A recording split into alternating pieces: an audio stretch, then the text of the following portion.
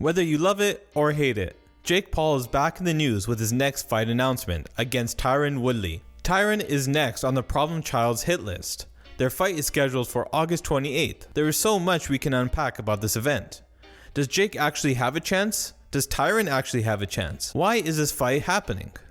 Regardless, the fight is set for August and the world will be watching to see what happens.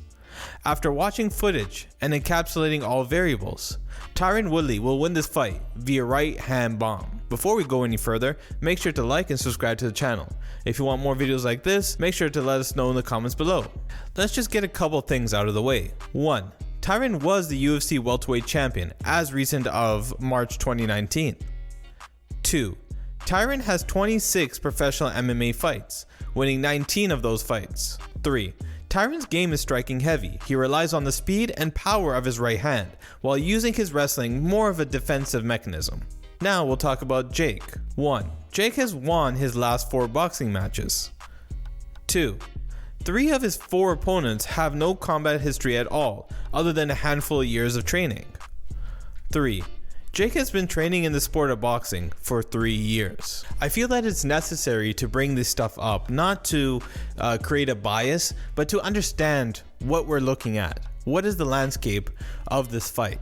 We have one guy that is an accomplished UFC champion for many years, and we have somebody else that hasn't been really training for very long. We have guys that are in the amateur leagues for boxing who have a lot more experience than Jake. I'm not saying that Jake is not capable of fighting, but we have to take those variables and look at them objectively. I put together a package of clips. So in total there's 5 of them, and it will kind of explain to you why I think Tyron Woodley is going to win via right hand. All of these 5 clips were taken from his last fight, from Jake's last fight. The main reason why is when you're so early in your career, especially in Jake's situation where you're only really training for 3 years, the last fight that you've had is probably the best version of yourself. As opposed to, say, if Tyron Woodley if we were to look at Tyron Woodley footage, we wouldn't necessarily look at his last 2 or 3 fights to look at how he's developed over the years or where he's at currently, right? We would look at more maybe a couple years back to see what potentially his prime looked like. And stuff like that. But for Jake's situation, we'll look at his most recent fight, and these 5 clips will be from that fight. Just to preface again, I'm not creating bias. Ben Askren in this first clip, you have to understand, he's not known for his striking. The way that he became the MMA fighter, the world champion in other organizations, not in the UFC, was because of his grappling. When he would go into the fight, he would instantly try to grab his opponent, take him down, and finish him there. Rarely would you see him willing to stand up. The times that he would stand up would be against guys that would have equal or better grappling than him. The latest fight that he had, or last fight that he had, was against Damian Maia, and Damian Maia is not going to be taken down very easily, and if he does get taken down, he's world class in jiu-jitsu on the ground. So what I mean by that is Ben Askren's main focus, everything he does is around the grappling. In this clip you can see Jake throws a lead left hook, and Ben Askren probably was drilling this. He was probably watching tape and understanding just basic boxing fundamentals. If you want to counter a left check hook or left hook in general, you level change, so you duck down and you come over with the right. Now, Ben Askren is not a boxer at all, and he was able to land this very, very early on. It was one of the very first exchanges. So if you look, Ben Askren sees that left hook coming, he level changes, gets down, and he comes over with the right hook and lands on Jake Paul. The reason why I believe he landed that shot as well is something that we'll see throughout all of these clips. I wanted to make sure to get as many clips as possible to demonstrate this, but the one of the biggest holes in Jake Paul's games, the game that he has, is his left hand, and his left hand being too low. Though the way that he has a stance is not like a typical boxing stance where you have your both your hands next to your chin, like right here. The way that Jake Paul does it is he has his left hand down around his stomach, around his chest area. Now that's a stance that probably somebody of many of years experience will do. It looks flashy, it looks nice, but not many people can pull that off. I don't think somebody, especially with 3 years of experience or even 5 years experience, can do that one successfully. There's only a couple of people that have ever been able to really do that kind of style. One of the people is the easiest example is Floyd Mayweather. Sometimes he'll use that stance, and the reason why he does that is that he can throw his jab out very quickly, but he can also escape very quickly as well. So yes, his left hand is low, but there's not too much for him to worry because he's able to get in and out of range whenever he wants. And that's what you'll see in the second clip. In the second clip, you can see how Jake Paul has his left hand constantly down. It's not always completely like to his waist, but you'll see it goes to his stomach, to his chest, around that kind of area. Rarely do you ever see him have this traditional boxing stance where he has his left and his right hand near his chin.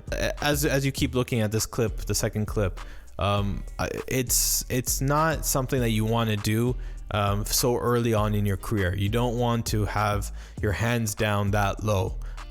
Especially when you're still trying to learn how to avoid your opponent's shots, avoid getting countered with the overhand right in this situation that we've seen in the previous situation that we saw with Ben Askren level changing and then overhand right. The third clip is probably the most important key to this fight, and I think this is how Tyron Woodley is going to win the fight in the situation wise, the most likely. It's in this clip you can see Ben Askren goes and blitz Jake Paul.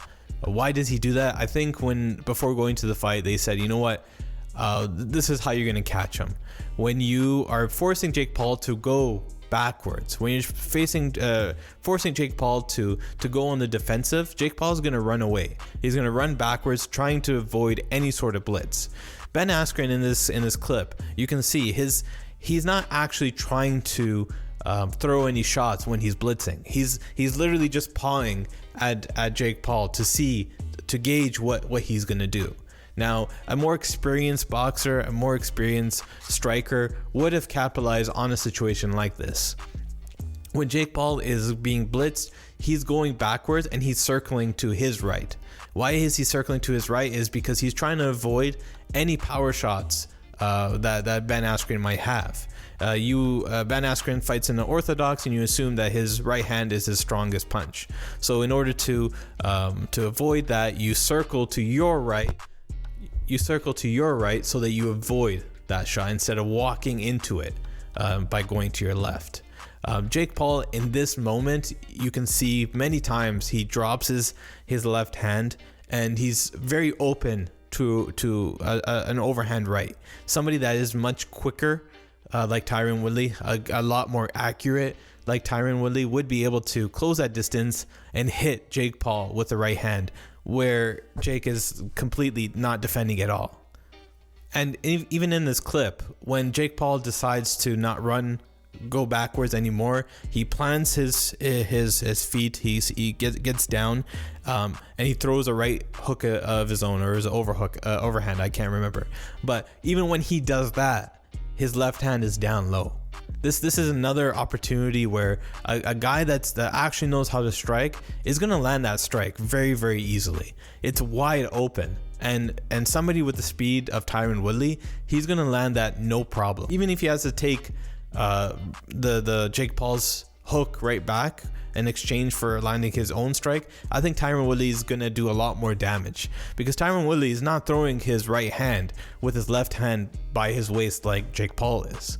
He's going to have his hand right next to his face. In the fourth clip, you can see now Ben Askren does this blitz many times, and this is another instance where he blitzed Jake Paul. The way that he reacts this time is, yes, Jake Paul circles to his right, but he also now has his left hand out. Why does he have his left hand out? Well, he's trying to create distance. He's trying to stop Ben Askren from getting on the inside.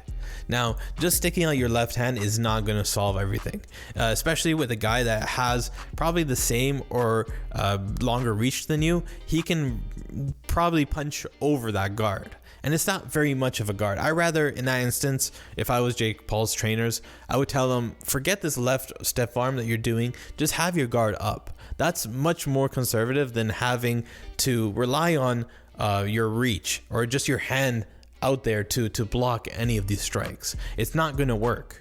You're going to get hit and it's going to land. Even if it lands partially, you're still going to get the worst part of the punch. And this last clip is just to show again, his left hand is way too low. Another technique that he likes to do is a single cross to his opponent's body, because cross or straight, whatever it may be. So from orthodox, he level changes and he throws a left to the person's body. When you do that technique, when you hit the person, you're supposed to escape right away, especially if you're just throwing one strike. And if you're not escaping, you gotta have your hand right back to where you had it before. Not in Jake Paul's case, because his left hand was a little bit lower before, but the point is you hit him and you bring your hand right back. If Jake Paul is going to go in there and try to throw singles techniques, single crosses or straights to Tyron's body, Tyron is just going to come over with the right hand and catch him. His hand is completely away from his chin and ready to be hit. And Tyron Woodley, I believe, is looking at this and saying, easy money. I've made a career on using my right hand in the UFC. These are smaller gloves, yes. Sometimes it's more difficult to hit your opponent with smaller gloves. But even with 10 ounces, 8-ounce gloves in boxing, he's going to be able to do a lot of damage. If not one of these landing, 2, 3, 4 of them, how many can Jake Paul really take? I don't think Jake Paul's chin is going to be able to stand last against Tyron Woodley's right hand. Just to sum everything up, Jake Paul has had success in the boxing world, but you can't forget he's only been training for about 3 years, 4 years. Even if you say 5 years, I still favor Tyron Woodley. Why? Because he is a completely different beast. He's been training since he was a child. He was fighting in the streets, as he would say, but he was training in the wrestling department. Then he moved over to MMA. He's one of the long time UFC or MMA athletes out there. He's 39 years old. He's lost the last 4 fights in the UFC, but those 4 guys were not any slouches. He lost to Kamaru Usman, who is arguably one of the greatest welterweights of all time. He lost to Colby Covington, who is a very difficult matchup for anybody. He's top 2 welterweights right now. Jake Paul, I believe, understands where he's at. I think he's going into this fight taking a risk, believing in himself, and thinks that, okay, I can beat this person.